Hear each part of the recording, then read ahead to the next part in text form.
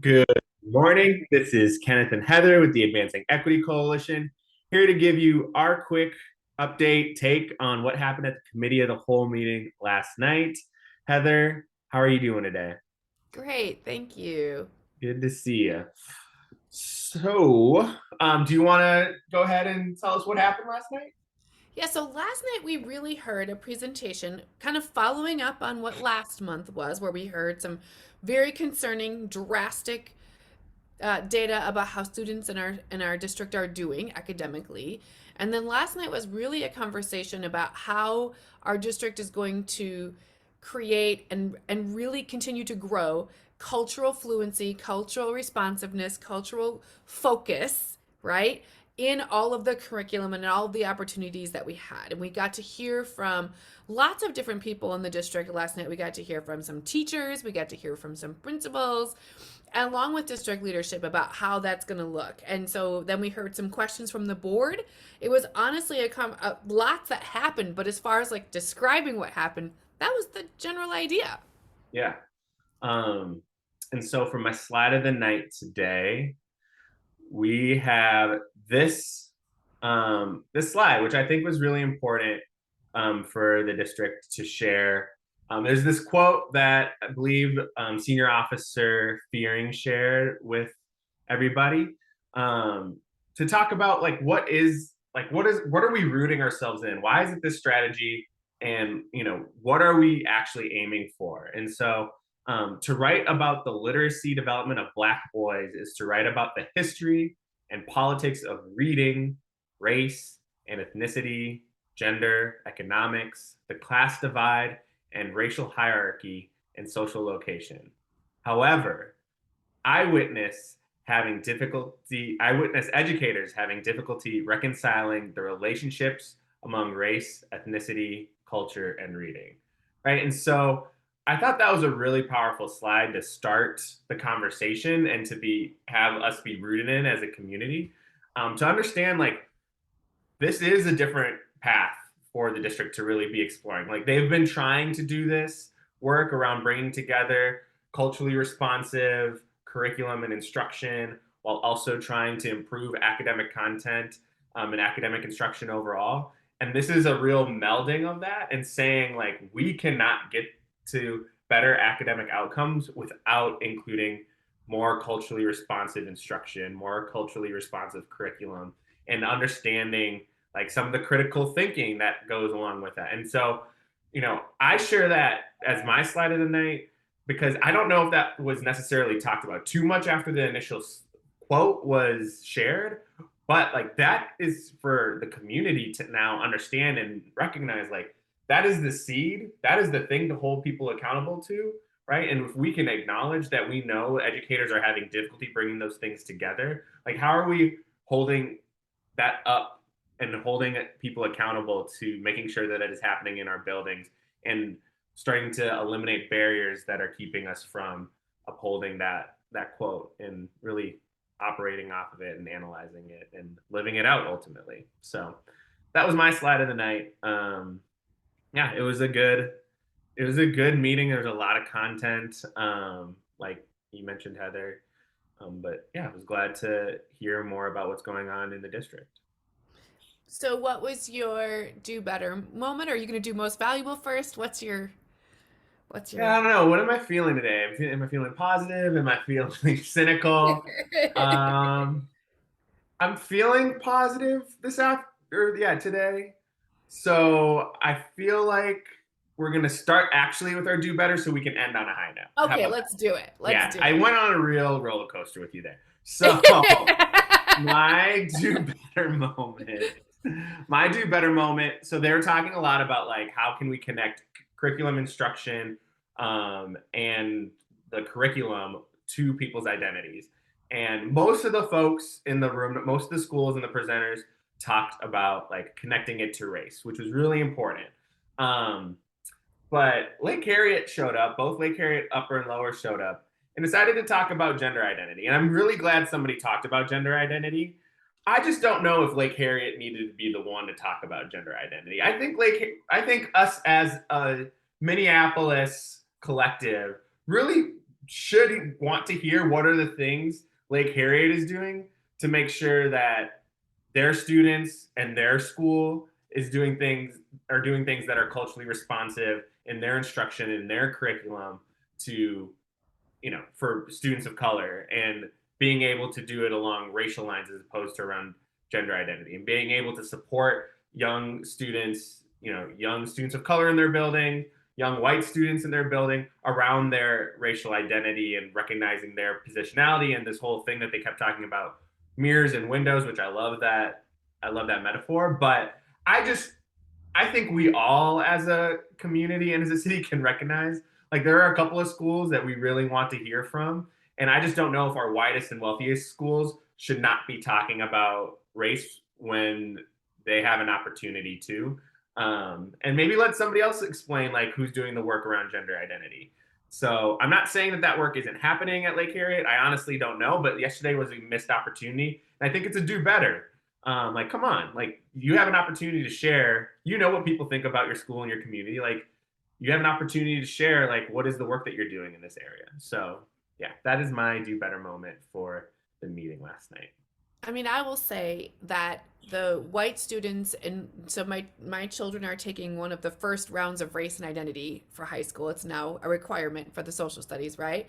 And the comments and the processing that they talk about that white students in their classes are saying and processing and thinking and being challenged with, it's critical work for every student in our district to wrestle with, right?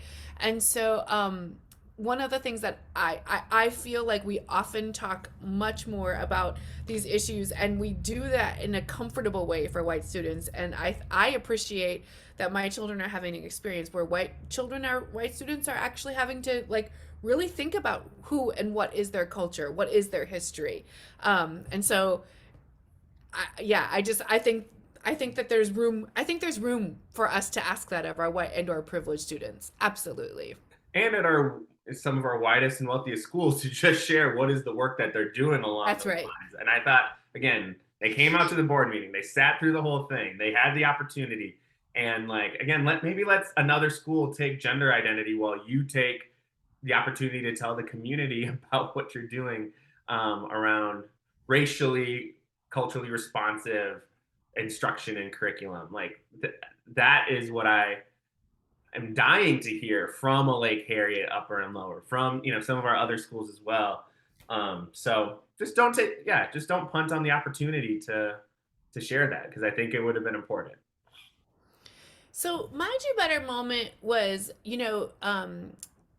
executive director Rollinger. She was talking about. Senior deputy officer, Oh, actually. thank you. Senior Yeah, Deputy Officer Rollinger was talking about um, all of the things they are trying to teach teachers about really the ways to honor Black and specifically Black and Indigenous students, and how they are saying that they want to create this environment where they are comfortable challenging times when they receive microaggressions, when they feel honored, when they feel seen and heard in their classroom, and when they feel comfortable challenging the learning if it does not feel authentic.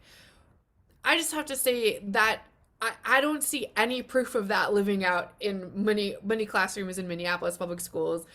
I think I think there are some things there that we would like to see, but to the way that she read that made it sound like this was a thing that was happening. And I don't hear that from the Black students that come into our home. I don't hear that from Black students that are at athletic events. I had an experience today with a parent calling me with something that happened in a high school literally yesterday, right? This is, I mean, I think it's wonderful, but we should not pretend that we are doing this and that we are really in a space of allowing students to really center their experiences in a classroom in our city. That we aren't there. yeah, yeah. And I think I agree. And my hope is, and I think that I'll assume that she was saying that this is where we want to be. This is where we Yeah. want to go. That's our excitement. That's what the quote's about, right?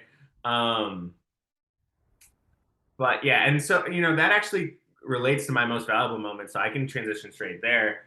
Is my most valuable moment goes to Director Arneson, because I thought Director Arneson asked a really important question last night about like, okay, we're hearing from 4, 5, 6, 7 different schools about how this is happening in different pockets, but tell me how this is connected to our strategic plan, right? Mm. Because the board members know they don't actually do the managing of individual schools. They have to govern the entire district. So tell me how this is connecting to the progress towards our strategic plan. What are the things that we can look for? All of this sounds really exciting, but how do we know this is working? How do we know that we're making the right investments in the right places? That wasn't her exact question, but that was the essence of it. And I thought it was a really important moment of like understanding governance, understanding like how this is scalable to all the students across the district as well. Because again, we're having individual schools present and they're all actually presenting different things, right? And so like if there are pockets of success here and there and whatever, like how's that scaling out? And I just thought that it was an important question that Director Arneson started. Other directors asked similar questions. But I just appreciated like again the connection to like what is my role and how I can support this district in being successful, and that is the role of the board. So Yeah, so my most valuable moment, I mean, the professional development that was described last night, and it kind of ties into what you're saying too, right? Like, we heard about some amazing opportunities and some teachers that were able to really do incredible work and go to phenomenal professional development, really centered around culture, race, and identity. I I think it was amazing. I heard really incredible examples of what teachers are doing with that training. Um, it's just such a small slice of our teachers that get to experience that, right?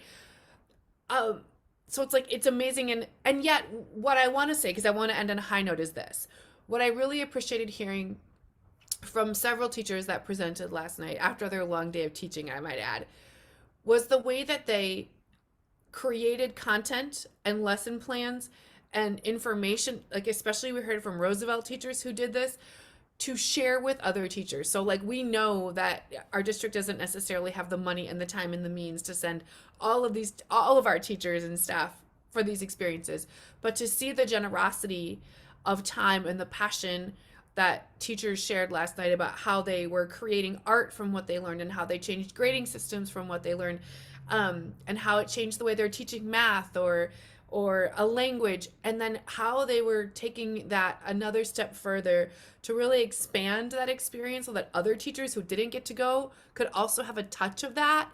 That was really beautiful to hear about. As a former teacher, that made me so happy because like sometimes you just need that fresh idea to keep you going.